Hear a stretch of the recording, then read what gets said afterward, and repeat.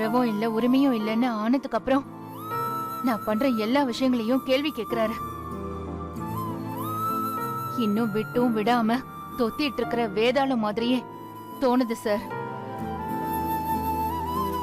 இதை எப்படி ஹேண்டில் பண்றதுன்னே எனக்கு தெரியல சார்.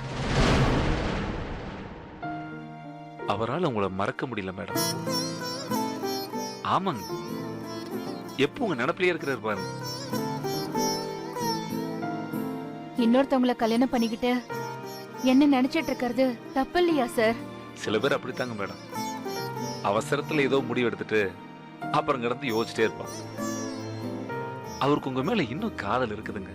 அதானுங்க, நீங்க யார்கிட்டயாவது பேசினாவே அவரு பதட்டம் ஆயிடுறாருங்க. என்னங்க மேடம் சிரிக்கிறீங்க? நீங்க காதல்னு சொன்னீங்கல்ல, அதெல்லாம் ஒண்ணும் இல்ல சார். உங்ககிட்ட இத பத்தி பேசக்கூடாதுன்னு தான் நினைச்சேன். இப்போ நீங்க பேசுறதுனால நான் சொல்றேன் சார். செழியன் சின்ன வயசா இருக்கும்போது அவனுக்கு ஒரு பொம்மை கார் வாங்கி கொடுத்தோம் சார். கொஞ்ச நாள்லயே அவன் அந்த பொம்மைய மறந்துட்டான். அதை எடுத்து ஷெல்ஃப்ல வச்சுட்டோம். அந்த பொம்மை காரு ஷெல்ஃப்லயே தான் ரொம்ப நாளா இருந்துச்சு.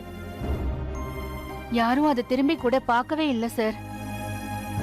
அப்புறம் செழியனுக்கு கல்யாண வயசு வந்துருச்சு.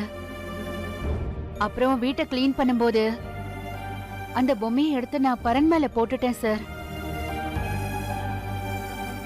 அன்னைக்கு சாயந்தரத்துக்குள்ள வீட்ல இருக்கிற எல்லாருமே அந்த பொம்மைக்காரி எங்க, அந்த பொம்மைக்காரி எங்கன்னு எல்லாரும் கேட்டாங்க சார். அந்த பொம்மை மாதிரி தான் சார் நானும் அவரோட வாழ்க்கையில இருந்திருக்கேன். அவரு கூட இருந்த வரைக்கும் ஒரு நாள் கூட அவர் என்கிட்ட நல்லா பேசினதே கிடையாது சார்.